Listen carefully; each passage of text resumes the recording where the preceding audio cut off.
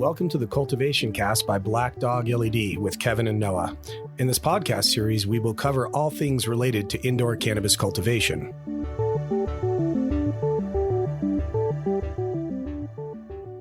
Welcome to the Cultivation Cast by Black Dog LED with Kevin and Noah.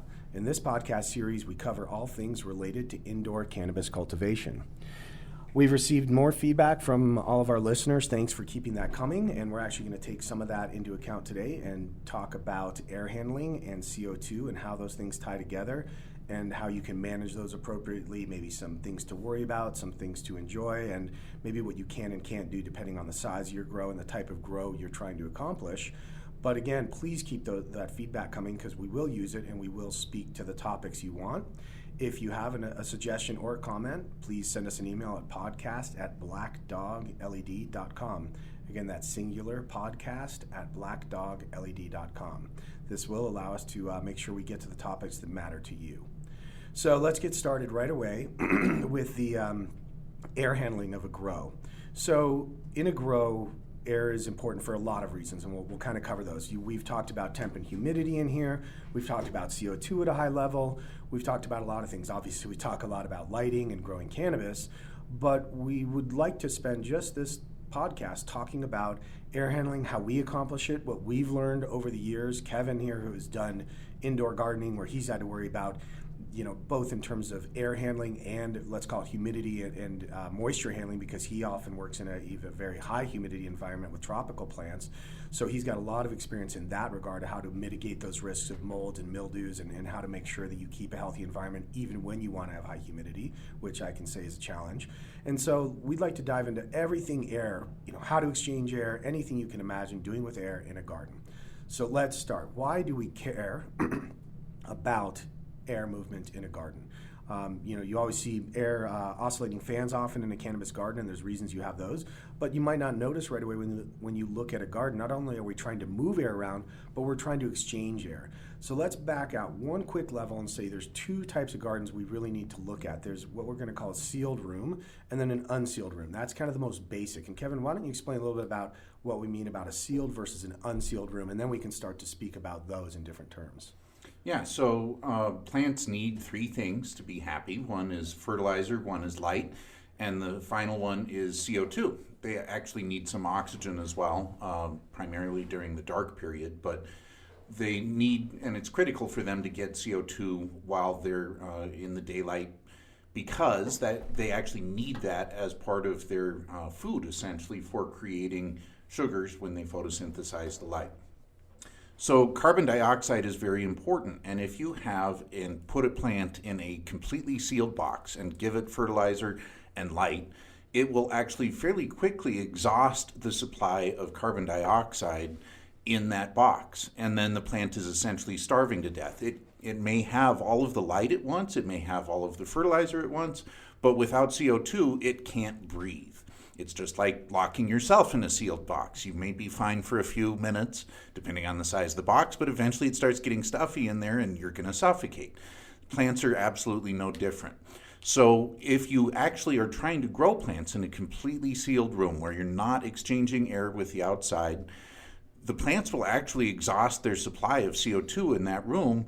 And depending on the size of the room, it can happen actually fairly quickly. I've seen in a 5x5 foot tent, for example, the carbon dioxide levels can get from the normal 400 parts per million atmospheric concentration of CO2 down to 200 parts per million in less than an hour with a bunch of plants in there. And at 200 parts per million, the plants are basically gasping for air. They don't have enough CO2 to really metabolize at all at that point. So it's very important, if you're running a completely sealed environment, you actually have to supplement CO2 in there or the plants are going to suffocate. If you're doing what we call a non-sealed environment where you're exchanging air, then you're constantly bringing in air from outside, which on average has about 400 parts per million of CO2 in it right now. I say right now because just a few decades ago, it was closer to 370 parts per million. That's why we've got climate change, is because we keep pumping more carbon dioxide into the air globally, and the parts per million have gone up now to about 400 on average. And that's interesting. So benefit to us cannabis growers is actually the pollution in the air, all the extra CO2. I never really thought of it that way, but I guess it does help us grow a little bit more. So, yeah, I mean, plants around the world are benefiting from higher CO2 concentrations. There have actually been a lot of studies that have been done on what plants are going to do as CO2 concentrations keep going up. And the answer is it doesn't benefit all plants equally, and actually it's probably going to cause a shift in the ecosystems in terms of which plants are starting to dominate forests and grasslands and things like that. So it's not all good news for plants, but it's definitely having an impact. So if you've got a non-sealed tent and you're pulling air through it to keep your carbon dioxide levels up and keep your humidity and temperature in the right range, then you don't really have to worry about supplementing carbon dioxide. But if you've got a completely sealed grow where you're trying to ensure that no insects can get in, you're trying to keep mold and mildew spores out, and you're trying to maintain the most locked up environment possible to make the plants growing in there as ideal as possible, then you actually have to supplement CO2. And if you're supplementing CO2, you can actually raise the level up higher than normal atmospheric concentrations and give the plants a benefit. Like I said earlier, not all plants benefit equally from it. Some do better than others. But if you're only growing one crop in your area, such as cannabis, then supplementing CO2 isn't going to cause any problems. It's only going to make them grow better. So in a completely sealed environment, we recommend up to 1,500 parts per million of CO2. You could go higher. It's not going to hurt the plants to go higher up to a point. But the problem is it does start hurting us. If you're in a sealed grow room and you're working in there, once you start getting above about 2,000 parts per million of CO2, a lot of people will start getting short of breath. They can start having issues with headaches and things like that. It's not healthy to be in an environment where you've got extremely high CO2 levels.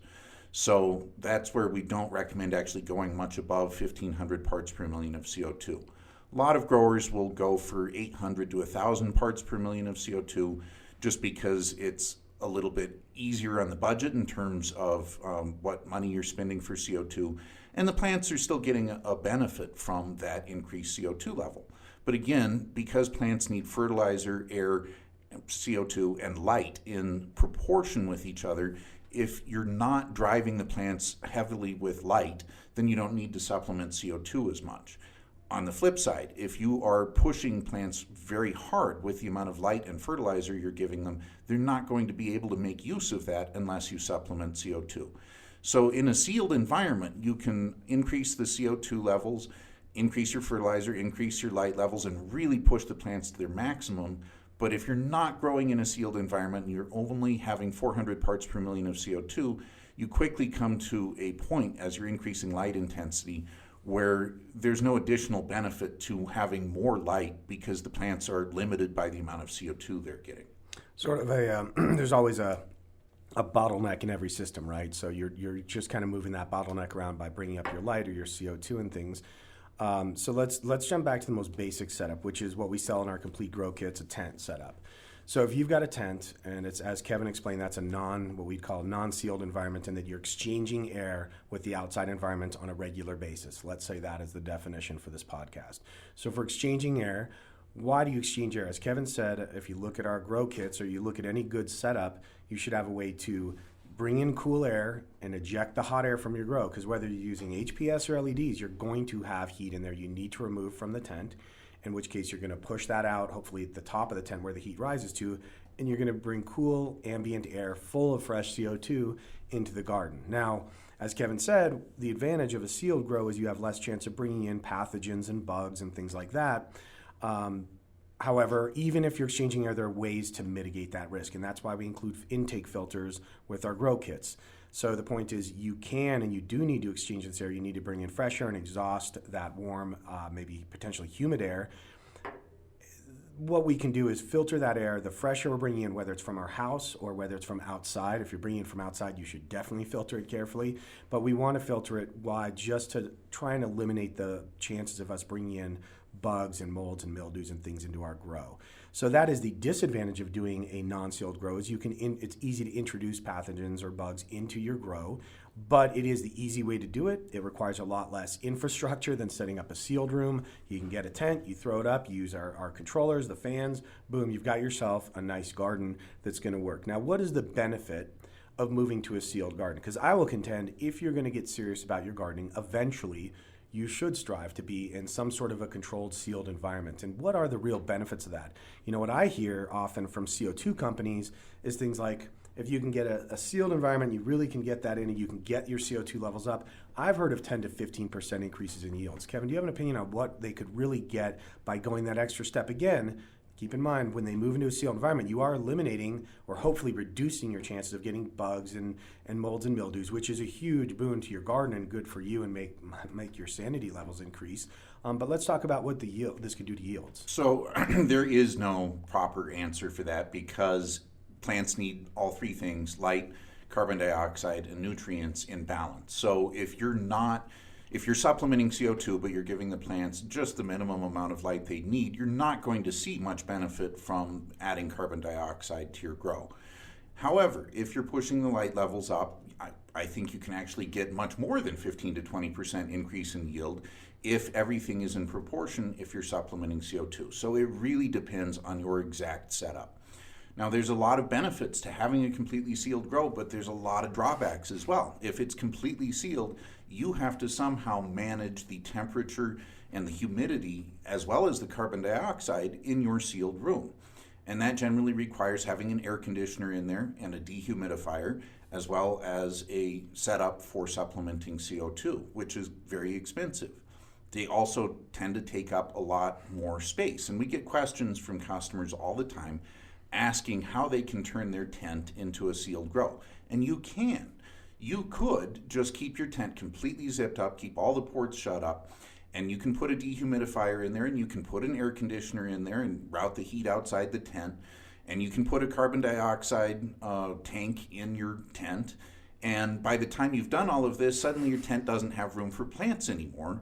Now, you can do it with a really big tent and get one of these 10 by 10 or 20 by 20 foot tents, but then we're looking at something the size of a room anyhow. So basically the answer is, if you're dealing with any reasonable size tent, any hobbyist gardenist, probably not going to make sense to try and make that a sealed tent.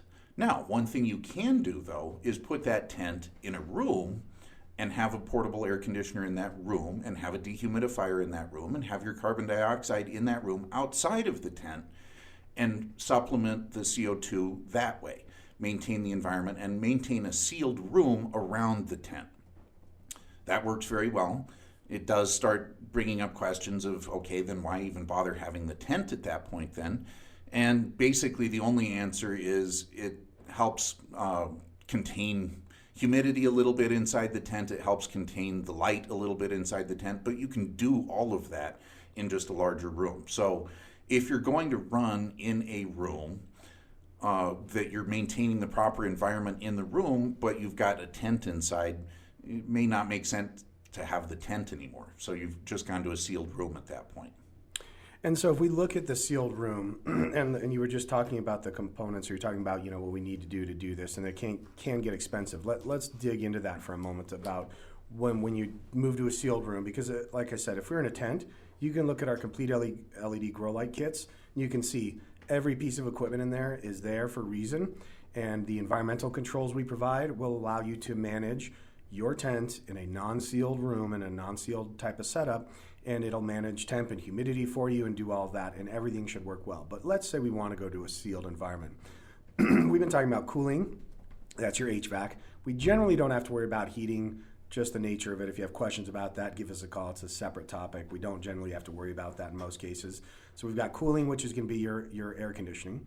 We've got dehumidification to remove the moisture, where we keep adding to the tent every time we water or feed the plants. And then we've got CO2. So for those of you not familiar with it, for HVAC, as Kevin said, you got portable ACs are great for some of these small rooms. We also love in a small-ish room, and not necessarily in a tent, but a smallish room or even a larger room, the ductless mini splits are great solutions nowadays, and they're great if you got a basement room you want to turn into a grow and you don't want to bring in somebody to run ducting.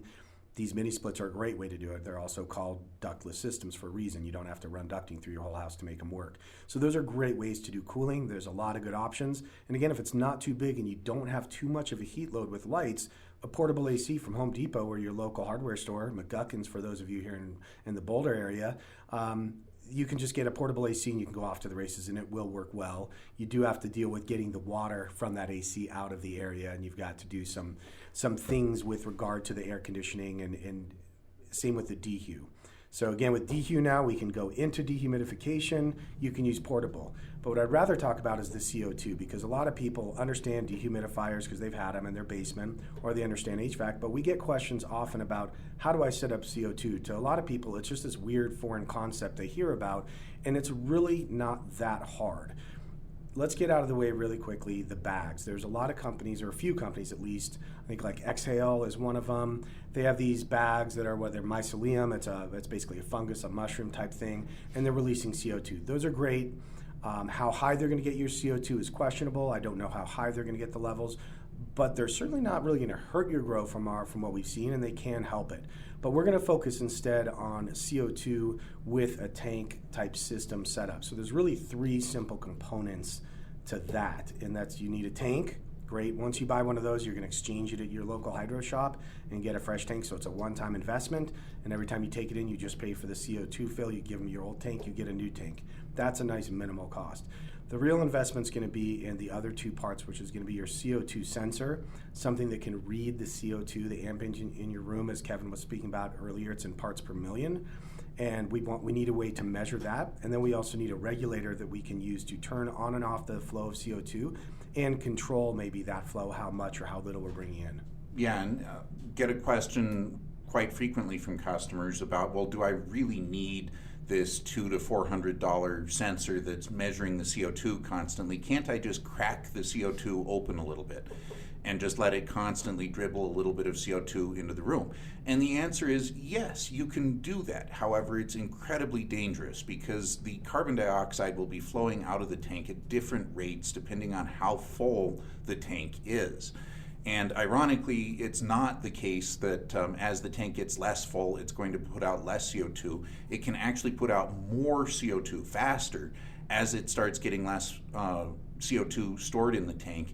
And that can be very dangerous. It could push the carbon dioxide levels up over a safe level for humans, and you don't want to walk into your grow and suffocate and die in there. So it's very dangerous to just crack the carbon dioxide tanks open a little bit and let them constantly bleed it into the air. In addition, plants don't want high CO2 levels at night. It actually hurts most plants to have highly supplemented CO2 level during the dark period because they actually want to respire and get more oxygen to their roots at that point. So you want to be able to shut off the carbon dioxide and not supplement it at night, but turn it on during the day, and you want to make sure it's kept at safe levels. In large commercial grows where they're supplementing CO2, there's actually generally, by law, mandated redundant carbon dioxide warning systems that are constantly monitoring the carbon dioxide levels in the room and triggering alarms if it actually goes too high so that you can protect the workers in that grow. So it's very important not to just skip the carbon dioxide controller. You want to have that. It's a safety issue, number one, and number two, your plants want it too because they don't want additional carbon dioxide supplementation at night. I think one other thing that's important to bring up, that besides the bags, there are burners out there which burn natural gas or propane, and basically they just are an open flame that is not ventilated to outside, and that generates carbon dioxide in your room. They work. They can be set up with a CO2 controller so they only kick on and generate more CO2 when necessary. But they have several drawbacks to them. One is that when you're burning natural gas or propane, it generates CO2, and it actually, one of the combustion products is water. You're going to be creating more water in your grow, so you're just adding more work to your dehumidifier. That's not necessarily a problem, but it's something you need to consider. One thing, though, that's very important to consider with these burners is it's basically an open flame in your grow. that can be very dangerous. If something flammable gets near that open flame, you can burn down your house, you can burn down your grow. And for that reason, most of the commercial grows, for example, in Colorado, are forbidden by law or by zoning from running these carbon dioxide burners to generate additional carbon dioxide. Tanks are a lot safer that way. It's a little bit of a pain in that you have to exchange them occasionally, but we generally think it's a lot safer than running the carbon dioxide burners. But that's a good point. So we should, and we talked about jumping into this. Let's give one very clear, explicit warning here is that if you're not very comfortable with CO2 and you haven't thought through the system and put the proper safety checks in place, just don't do it. If it's in your house, if it's a commercial grow, you should have the proper safety checks in place. And most places now that are really above board are going to be, checked with their zoning. They're going to have laws. They have to have, as Kevin said, those secondary and redundant systems to check CO2 and warn people before they go in. If you don't do that in a home grow, you can not only kill yourself, you can kill your family. We don't want to downplay that. We want people to wake up and see their garden in the morning and not go for the eternal deep sleep. Do not take CO2 lightly. It is serious stuff.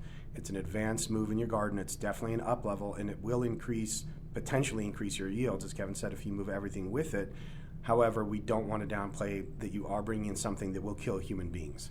So please, we can't stress enough, make sure you know what you're doing, you buy the right gear, talk to the right people, get the right advice, and set it up properly with the right safety checks in place so you don't hurt yourself or those around you. And that's where having the right controller is very critical for that, and treating that controller well. It's very worth noting that the CO2 sensors in these controllers can be adversely affected and permanently damaged by exposure to certain types of gases.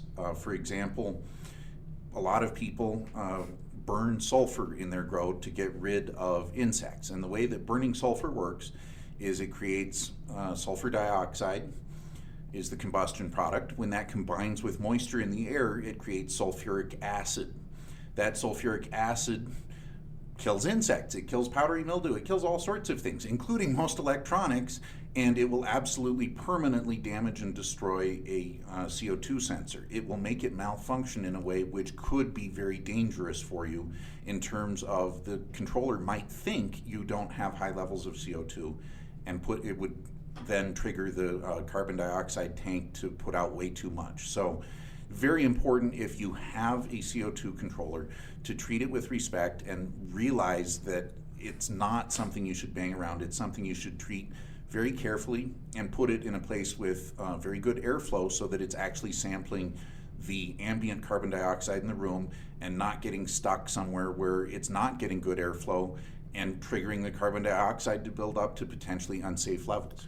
Well, and to that point, these are very sensitive instruments. So one of the most expensive part of your setup will be that sensor. And there's a reason there for a good, dependable sensor. And again, your safety somewhat depends on the sensor, so you don't want to skimp on it. So a good, dependable CO2 sensor is a sensitive piece of equipment. And I've seen plenty of growers do one of the most stupid things you can do, which is blow right onto your CO2 sensor to see if it's working. If you read the instructions, every CO2 sensor pretty much will say, do not blow directly on it. Just your breath. We are really good at producing CO2. The fun part is when you start to put these into your grow and you go and spend time in your grow, you can sit there and watch as you're in the room, you can watch that CO2 level climb. And that's just you breathing in the room. Blowing onto a CO2 sensor, just that can damage the CO2 sensor because you're kind of overloading it and hitting it with too much. And if you read the instructions, which you should do on these things, it will tell you don't do that. So be very careful, take good care of this. It is a sensitive device and they do need to be maintained, and they also do go bad over time eventually because they're constantly sampling and sampling the air to find your CO2 level. The other component is a little more solid, still not cheap, but I think kind of standing around $150 to $200, and that's the regulator side. All that is basically a valve that can be triggered by your CO2 sensor to either open or close the valve, and of course you can set how wide open that valve or how tight it is, how much it's going to let out when it's open. But its sole function is to open and close a valve based on the CO2 sensor. And those can be the same company. Do not feel like you have to buy a set where they match. They should all be compatible. It's simply a plug. Don't feel like you got to buy the same component. Buy good quality parts, but those two parts, the sensor and the regulator, do not need to be the same company. Yeah, and it's important to note too that the regulator is on there to ensure that the contents of the CO2 tank don't just all come out at once. It's actually a pressure reducer that ensures that the carbon dioxide does not all flow out all at once, because that would be catastrophic and very, very dangerous. Yeah. So let's go a little bit more into this. And that is one thing I'd like to point out is we've all heard the studies about, oh, if you talk to your plants, they grow better. And quickly, some of the smart people out there that understood plants said, well, you're talking to them, you're literally just inundating them with CO2. It's a beautiful thing for them. So I don't want to, spending time in your grow is a good thing, not only for you and maybe your sanity, it's a great hobby, but it is helping your plants. We are really good at kicking out CO2, where if you could just live in your garden, you would not need this CO2 enhancement or supplementation at all. And that's something to understand, is that we are great at that. And it's fun to watch what you do and your interaction with the plants. It becomes a little bit more of a symbiotic relationship with your plants. But as Kevin was speaking about earlier, we were talking about CO2 in terms of lighting. And that obviously is black dog LED. That's important to us. Let's speak a little bit about levels. You know, Kevin was talking about that if we have, let's say, a basic light level. I'm flowering cannabis, let's say at 500 ppfd. That's not high, certainly not high to us. It's not the bottom barrel, but it's pretty low. And so at that point, you might not get any real benefit from adding CO2, because the plants get everything they need as they're driven by that 500 ppfd from the ambient CO2. So let's say, at what point does it really start to make sense? So Kevin, at what point, not the point to where you need CO2, let's start at the beginning. So you don't need CO2 at the low levels. At what ppfd would you consider, I'm going to really see some benefits from adding CO2 and going above atmospheric? So let's say I'm in a sealed environment and I could keep it at atmospheric at 400. When does it start to benefit me to get it to 600 or 800 or 1,000 based on my ppfd, my lighting levels? Yeah, so generally above about 600 ppfd, we start recommending CO2 supplementation. Not that it's required by the plants.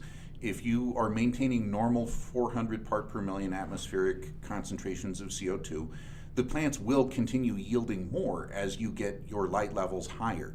However, it's also the point where, above 600 ppfd, you start seeing even better benefits from supplementing CO2, because you're pushing the plants with a lot of light, and they are going to be able to make use of that additional light along with additional CO2 and give you a higher yield, much above 600 ppfd.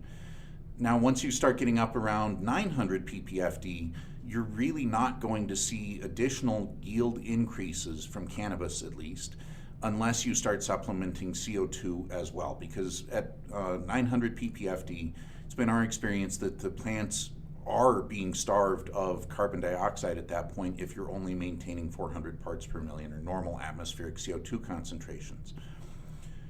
So above 900, it really becomes very important to start thinking about needing to supplement CO2. Once you start getting up above 1200 ppfd, it starts becoming critical that you supplement CO2.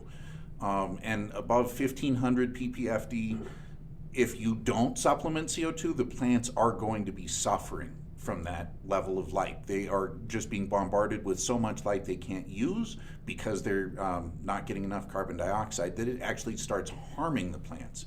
And we've seen that many times.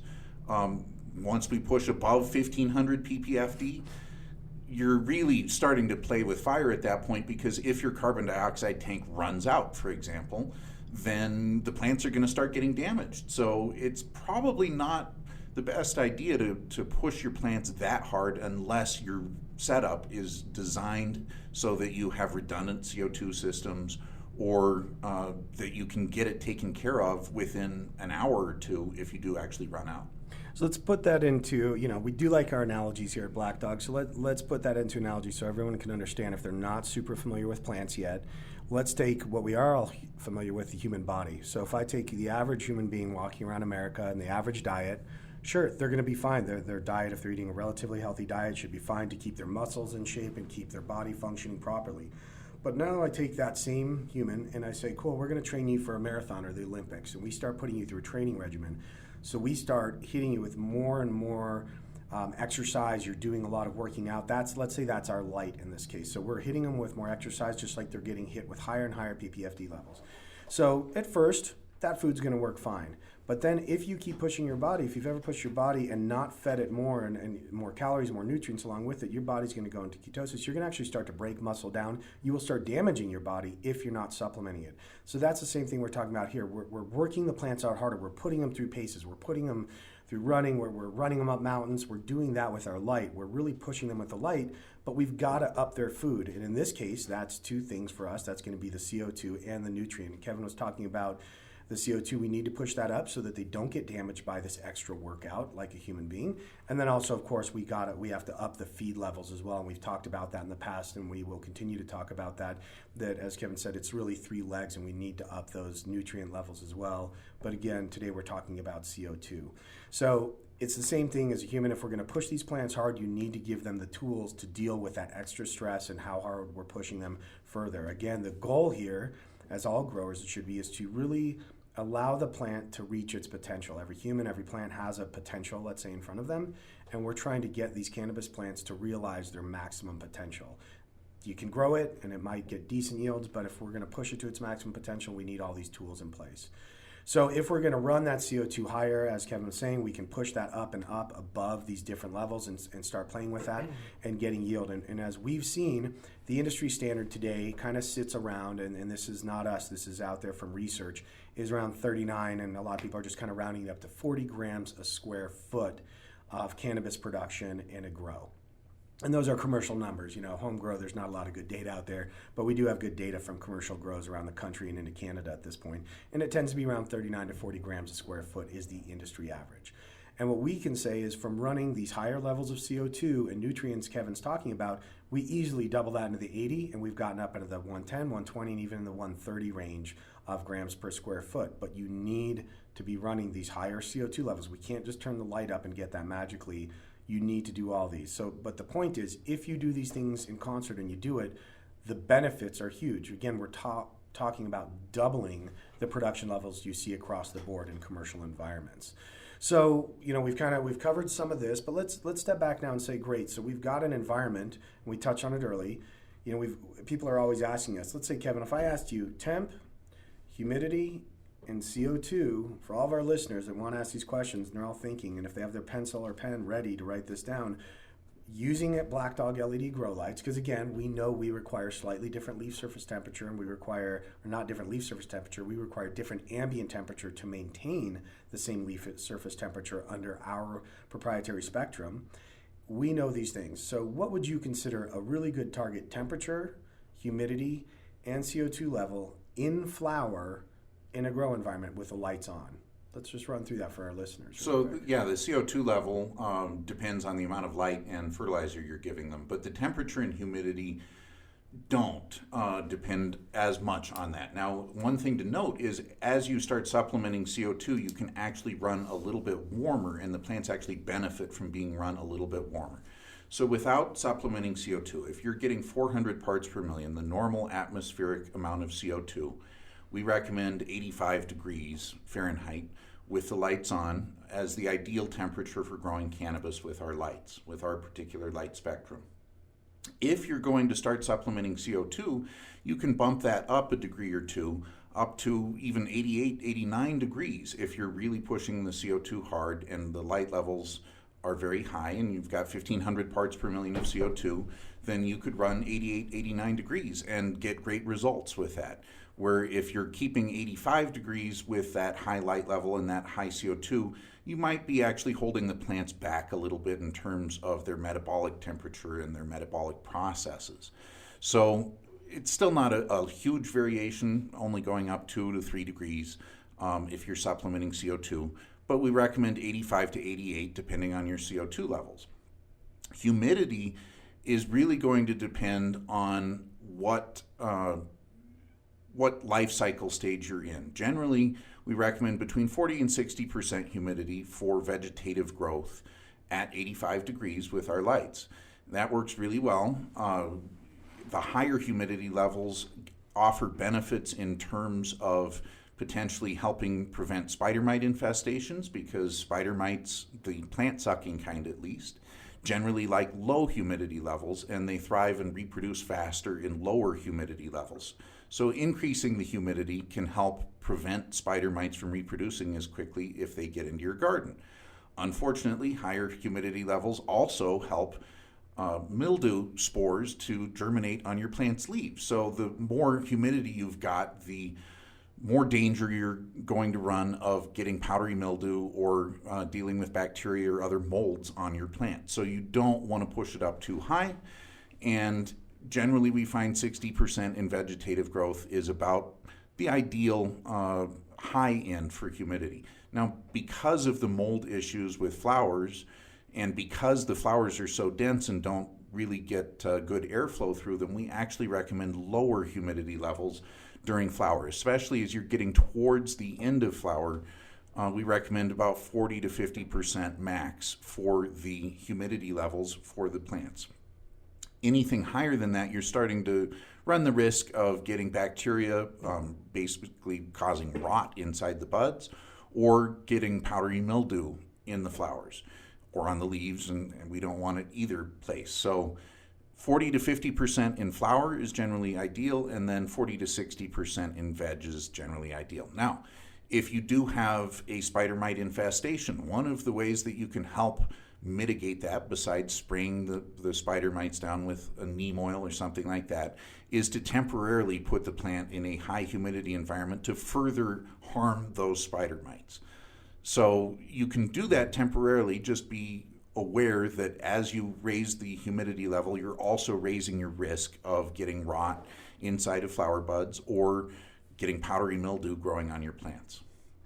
So again, this is the joys of gardening, is everything is interconnected, everything is tied together. And I always say, look, gardening doesn't sound that hard, but you're trying to recreate Mother Nature in a small, controlled environment. I don't care how you slice it, that's just not easy. There's a lot of moving parts. Well, and I think it's also important to point out that Mother Nature doesn't always do a perfect job either. There's powdery mildew that grows on plants out in the wild, and that's why the spores are available in the air to land on our cannabis gardens. So it's not like we necessarily want to perfectly replicate nature. And in fact, if we're in a sealed room and we're pushing with unnaturally high light levels and unnaturally high CO2 levels, we're not really replicating nature there at all. We're pushing the plants harder than they would ever get pushed out in the wild.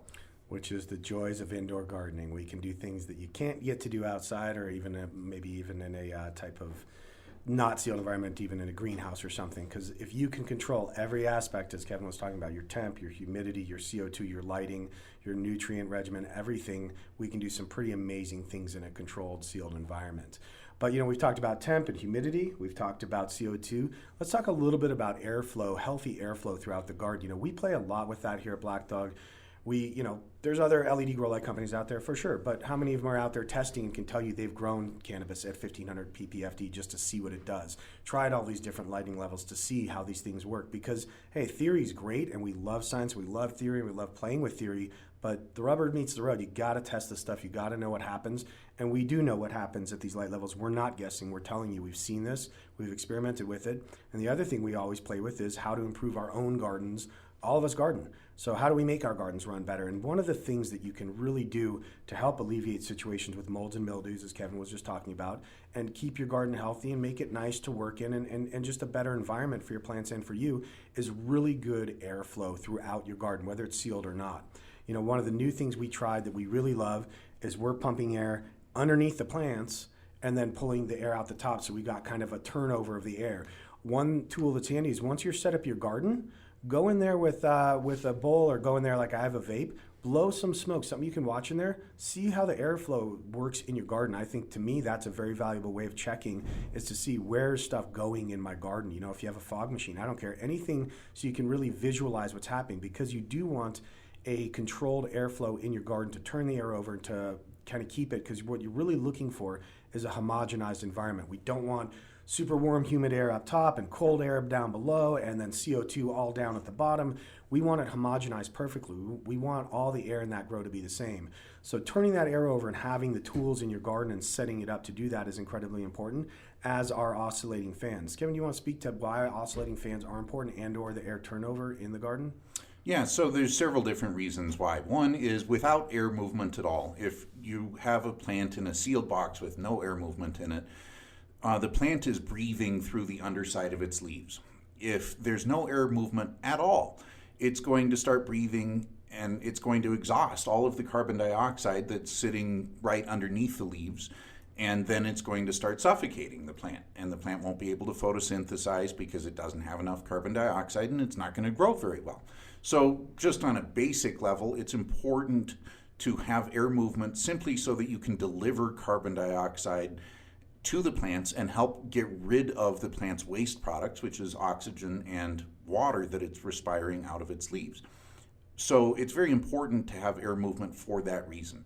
Now, that sort of air movement can be done with a simple static fan blowing air around the room. However, plants are lazy. They will, if you grow a plant in an environment without air movement, it will make its stem just strong enough to hold itself up. But then you can just blow on it ever so slightly and the plant will fall over and the stem will snap because it was not ever exposed to actual air movement. So the plants are lazy. They're only going to grow their stems as strong as they need to hold themselves up.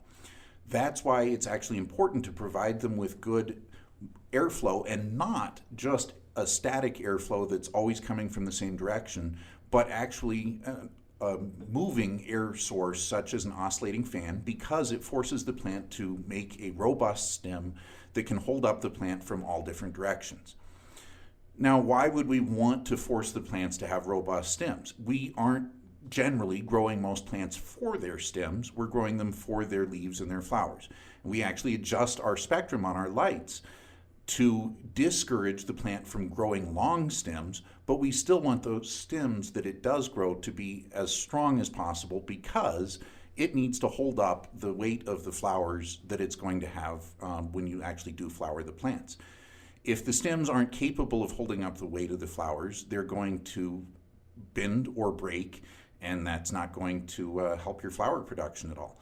It also doesn't help that we as a species have been breeding cannabis plants now to the point where in general they can't hold up their flowers. We've selectively bred them to get larger and larger flowers because no one wants to grow a plant that just produces little wispy flowers. You want the biggest flowers possible. So we've bred these plants to grow these gigantic flowers, and generally they can't hold themselves up, which is why you have to put some sort of support around the plants when they're flowering, towards the end of flower especially, because the plants will actually just snap their own stems under the weight of these unnaturally large flowers we've got on top. Oscillating fans and moving air sources in your grow, especially during the vegetative stage, really help with that. Generating stronger stems and getting the plants ready to hold these heavy flowers later. During flower, it's important to have a non-static moving source of air movement as well, because it helps get air into those dense buds from different sides and make sure that you're getting adequate airflow in those buds as much as possible.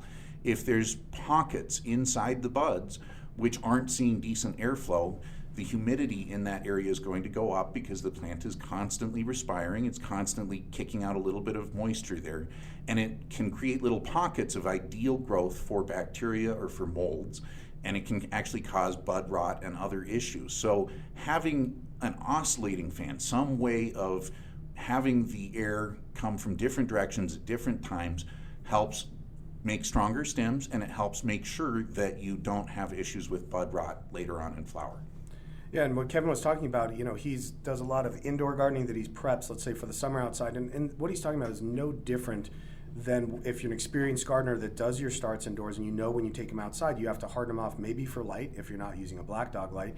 And then you also have to harden them off for the wind and the temperature changes outside. It's the same thing. It's just that these plants need to be prepared to handle what you want them to do and handle the environment they're in. And so the movement of the air and that constant pushing and beating on them is strengthening them and making them better. And again, I can tell you from running enough gardens that if you can really have good airflow, we can't stress enough how important good airflow is in your garden for a number of reasons. Kevin just touched on a bunch of them, and those are some incredibly important reasons that will make the difference between a decent garden and a great garden, or a complete crop failure and getting it to the finish line.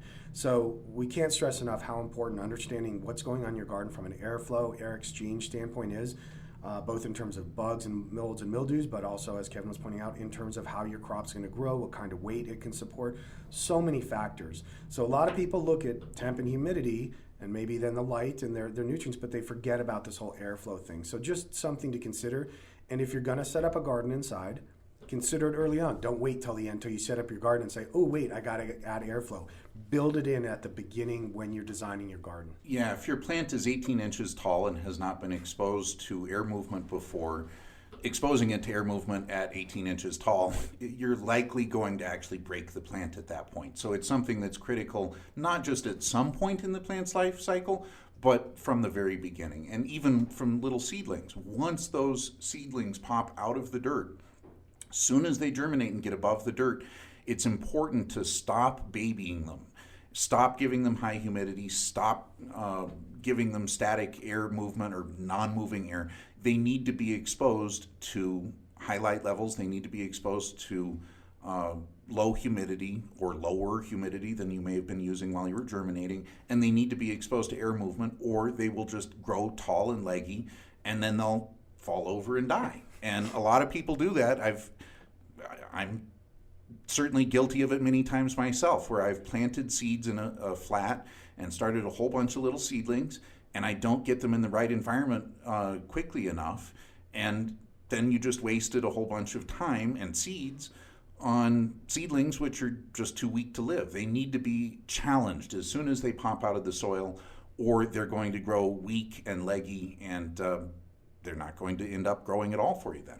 Well, I mean, come on, confessions here. I had a cannabis seed or two when I was a kid. I threw into soil, and you get it to pop, and you're like, oh, it's a cannabis plant, and then you watch it just sprout up and fall over and die. And when I was young, I didn't understand or know about any of these concepts, and so, yeah, I can speak from experience. I've killed more than one cannabis plant before understanding all these different impacts and what they do to your garden. So if you have more questions about how to set up for your specific environment, whether it's a home grow that's a room you want to set up with air exchange or a full commercial setup, don't hesitate to reach out. Please contact us at Black Dog LED. We do love this stuff if you can't tell. We're happy to talk to you about this in detail, and not only in concept, but go into a deep dive into your specific situation and make sure that you have what you need to succeed in your garden, whether it's a home garden or a large commercial garden. And we're happy to work with you on getting those set up. And if you need help selecting equipment, yes, we're a lighting company, but we've been doing this 8 years. We are very dialed into the community. We can point you in the right direction of different vendors that have great equipment that solve all of these problems we've been discussing in here, whether it's environmental control, or moving air around, or dehumidification. There are some really good companies out there now solving these problems. Well, and it's also important to note that the actual needs for handling air do change as you get from a small 2 by 2 foot tent up to a 50 by 50 foot room. You're going to need different equipment, because while one little oscillating fan will handle a 2 by 2 tent just fine, you can have 50 oscillating fans in a 50 by 50 foot room, but still not have the actual air movement you need without taking other things into consideration, such as the exact layout of the room. And that varies from room to room. So every situation can be a little bit different, and it's important to keep that in mind. Just because what you were using before in a small tent worked for you doesn't mean that it's going to work for you in a large room. Yeah, for sure. Definitely changes as things scale differently as we get into the bigger grows. So, but we hope you enjoyed this installment. We love talking about these actual hands-on things, and we hope you got as much out of this as we've learned over the years with movement of air and how important it is. And it's really kind of a fun problem to solve, because there is no perfect system. We are always playing with our setups and trying to tweak them and make them a little bit better.